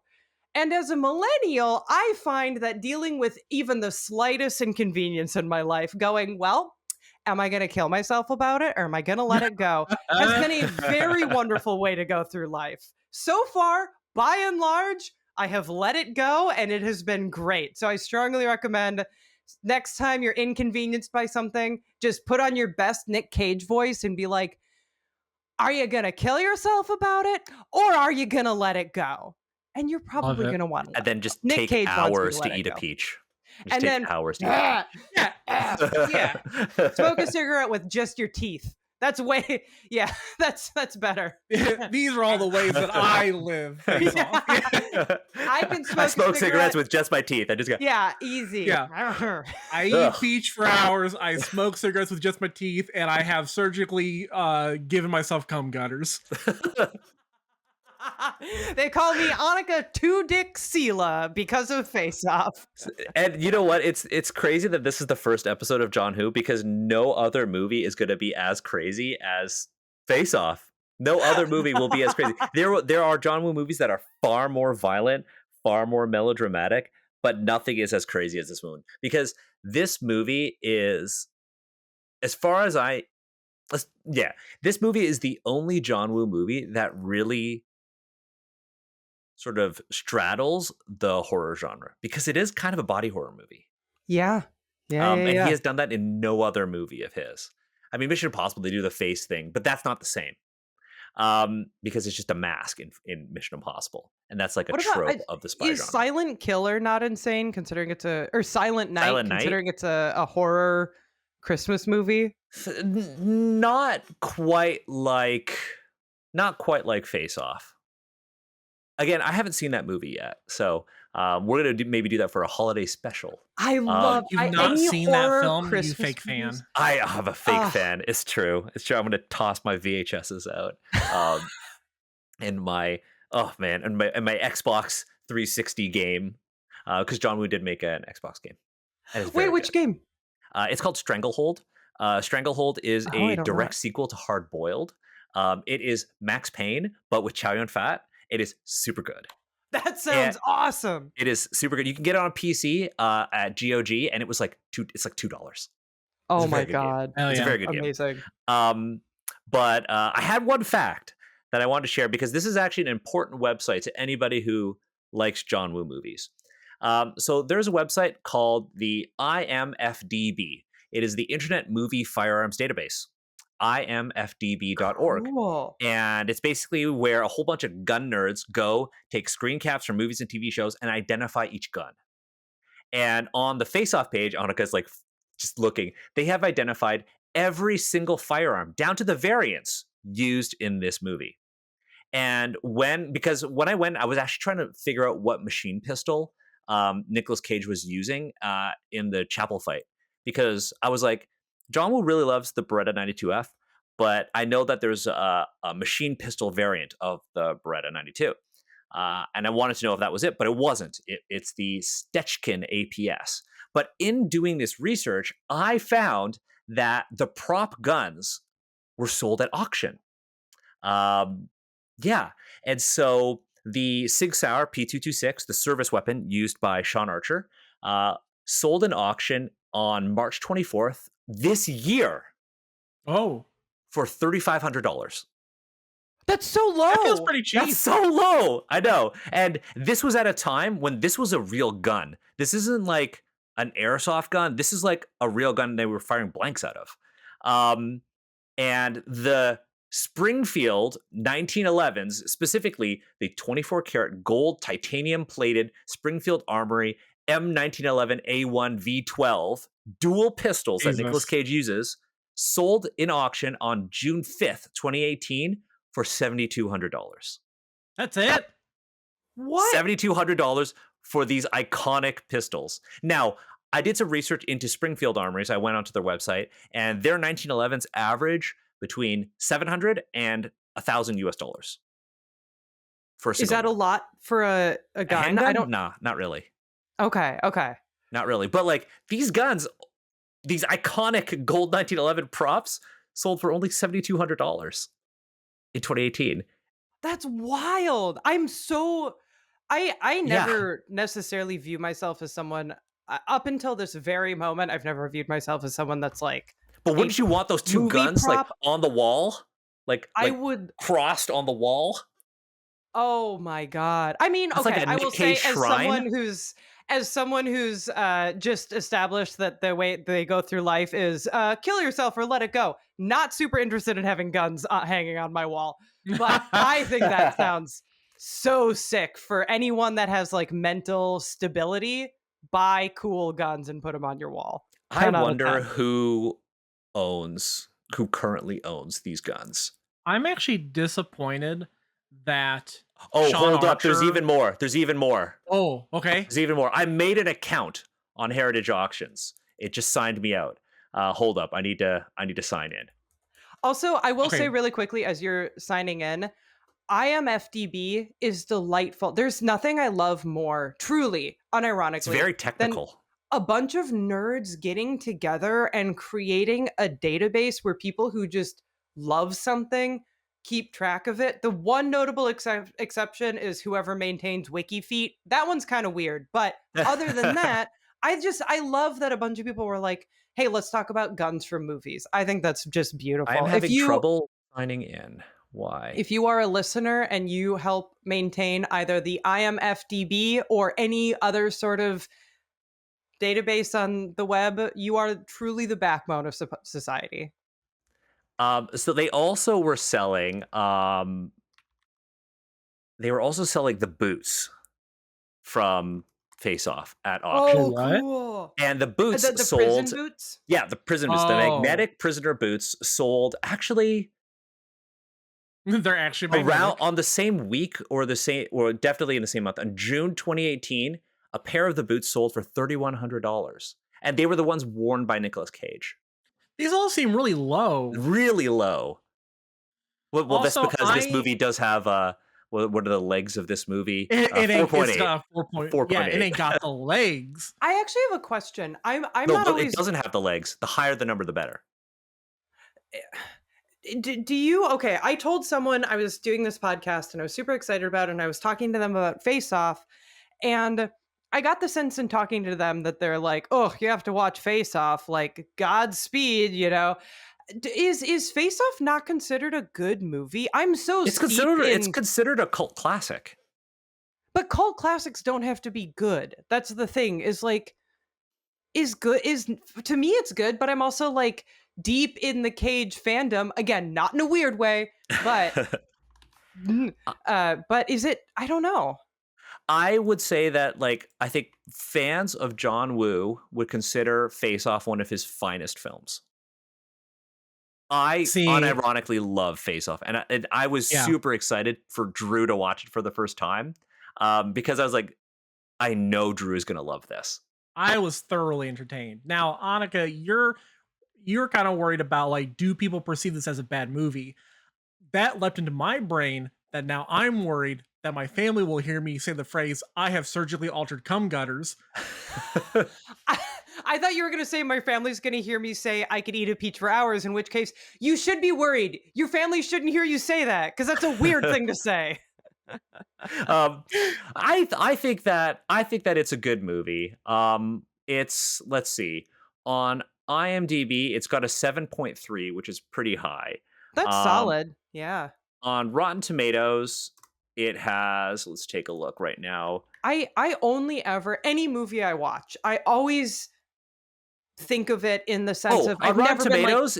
Oh, on Rotten Tomatoes, it's 93% fresh, and it's got an 82 from amazing because I never know because I'll be like audiences. I enjoyed that movie. Doesn't mean it's a good movie. Or I'll be like, that movie wasn't for me. Doesn't mean it's bad. So I never know if something's a quote unquote good movie because I'm like, I like this. Doesn't mean it's for everyone. I Yeah, mean, I don't live objectively enough sometimes to Yeah. establish we just made a like whole podcast about the movies of John Woo, whether or not people like them or not. And I'm gonna tell you this, like, whether or not people like this podcast. well, that too. But I think people are gonna love this podcast. But not all of John Woo's movies are bangers. Not all of them are. Some of them are like quite niche, particularly his earlier ones. I have tried to watch Hard Boiled with my partner a couple of times, and she's like, but I think it's like the greatest movie of all time. It's the greatest movie of all time. Certainly one of the greatest action movies of all time too. But that said, we have two things to do before we finish off this episode. Is one of them talk about the doves? Because you said we'd talk about the doves. Oh yeah, we haven't talked about the doves, but we're almost at time. That's fair. I feel like we'll talk about the doves because I also have some stuff to talk about when it comes to like how he does his gunfights. I feel like we'll talk about the doves more when it comes to Hard Boiled in the next episode, Cool. because doves. Spoiler alert: doves show up in like every John Woo movie, Listen, no matter all what. I know is that I saw the doves at the church, and I was like, the Leonardo DiCaprio gif where he's like, he does the whistle and snaps and puts it to the TV. He goes, "That's Yeah. it." You know, Yeah. that was me. I was just like, that's the doves. I don't know what that means, but I can see. I see a dove. Yeah, we'll talk about that when we talk about Hard Boiled. It could be because we will have plenty of time to talk about like Christianity and John Woo, because that is going to be a talking point in the future. So Well, we need to do two more things. One, we need a new tagline for this movie. So the original tagline is in order to trap him, he must become him. What is our official John Woo tagline for Face Off? I'm going to pitch something, and I think you Okay. guys know what it's going to be. Face off. 2 dicks, 4 balls, no holds barred. That's hard No to say. holes barred. Holes barred. No. 2 dicks, 4 balls, no holes barred. Drew, do you have anything better or different?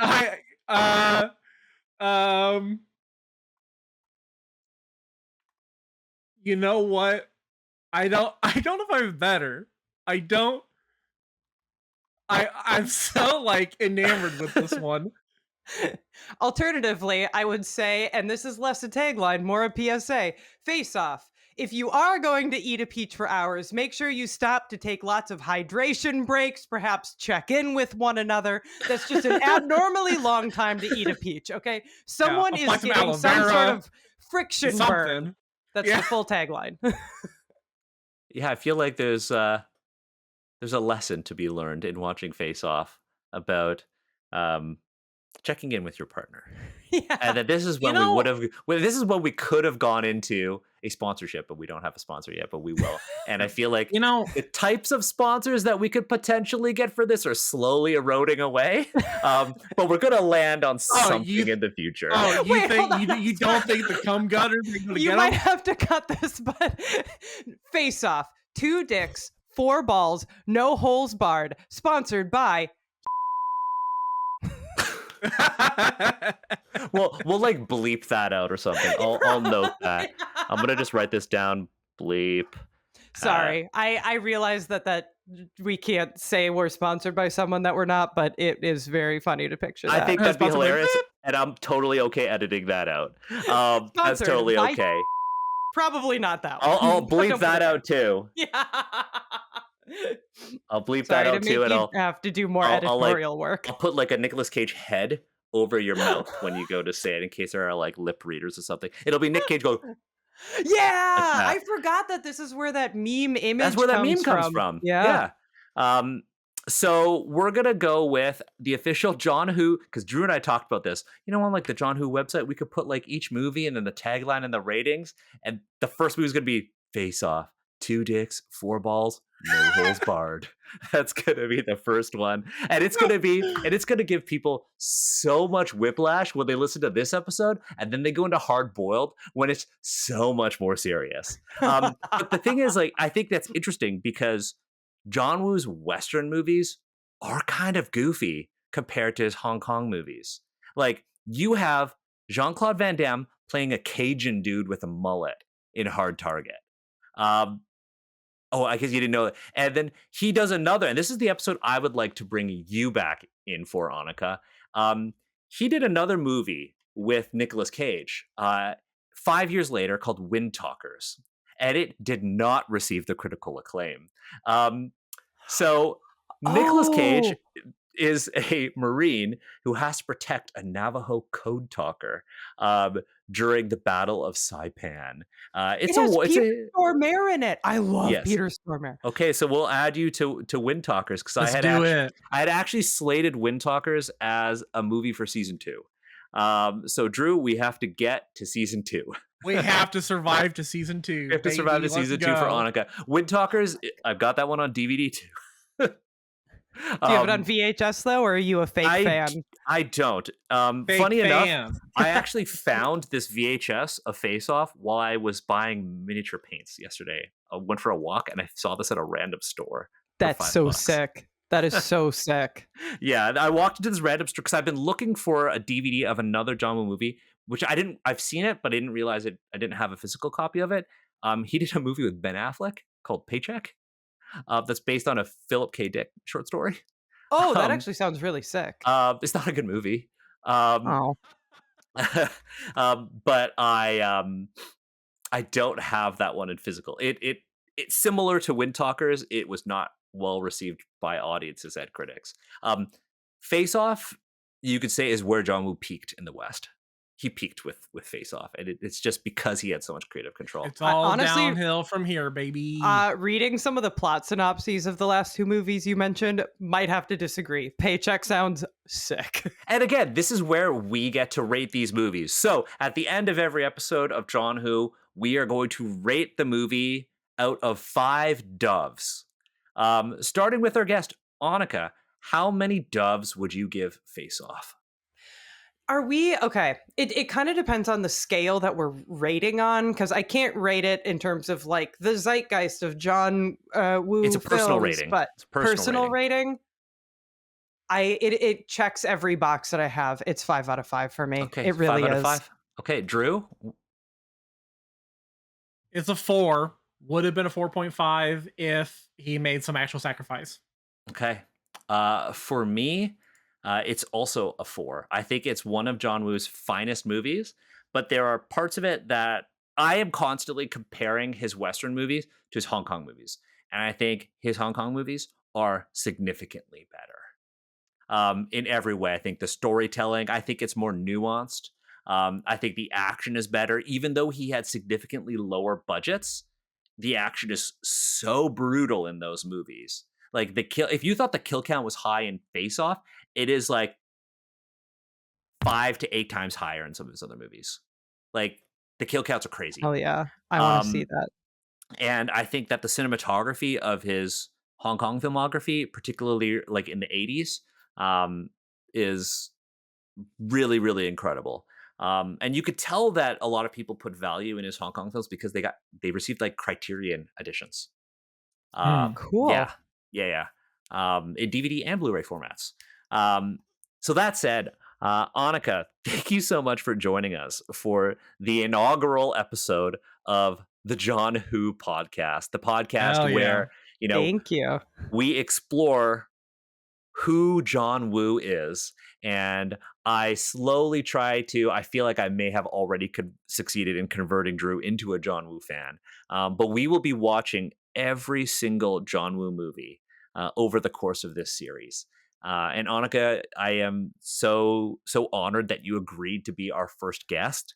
Thank you so much for having me. I'm really excited to watch along with you. Like again, this is really functionally the only John Woo movie I've seen. I do not remember any of the Mission Impossible movies super well, but I as they come out, I'm really excited to be like, okay, we are giving this one a watch, because you have really sold me on him. Oh, hell yeah. Hell Yeah, yes. we're gonna watch every single one. I'll make sure that you know when it's gonna happen. But we're gonna watch that in our Discord server, discord.gg/AZNS Represent, because John Woo is a spinoff of the Asians Represent podcast. This is a show where Drew and I can talk about doves, slow motion, gunfights, bromances. It's where I'm we allowed can to say cum gutters. it's where we we could be a little bit more, very much like the performances in Face Off, unrestrained with the content that we make. And it's also where we can kind of have guests on who aren't Asian, right? Because the Asians Represent podcast, so like all of our guests are, with a couple of exceptions, must be Asian. And so this allows us to get other perspectives on the kinds of stories that John Woo tries to tell with his movies. So again, super excited that you were, able to join us for this, Anica. We will link all of your socials that you're okay with us linking. Yeah, we'll let you decide afterwards. We won't say them now. Personal Facebook. Personal Facebook, address, Personal address, social security number. Okay. Yep. 100%. But we'll link all of that in the show notes for the podcast and on YouTube. And we want to remind you, our audience, that we've got a couple of other episodes this season. For the first season of John Who, we're going to be covering, just like we did right now, Face Off, then Hard Boiled, The Killer, the original one, Last Hurrah for Chivalry, and Hard Target. We have guests lined up for every single episode so far, and we've just landed our first guest for season 2. It's Anica for Wind Talkers. I'm so excited. Yes. I will wear a different Nick Cage shirt because I have several. And maybe we'll make some bootleg John Woo merch. We'll figure something out. But Drew and I are really passionate about this show, and one day we hope to take the show on the road, go to a convention, and do John Who live. But in order for us to do that, we need to know what you think of the show and how we can kind of make it better. So let us know by following us on social media at John Who Podcast. You can also send us an email at johnwhopodcast@gmail.com. We have a website, johnwhopodcast.card.co. That's card with 2 R's. And of course, we have our Discord server. So please let us know what you think of John Who. And if you like it, leave a review. Make sure you subscribe, hit the bell icon, like all of our stuff on YouTube, watch our shorts, but also leave a review on your podcasting platform of choice, but whether it be Apple Podcasts or Spotify, because it helps other people find the John Who podcast so they can also understand who John Woo actually is. But that said, we'll see you next time, folks, and thank you for listening to John Who.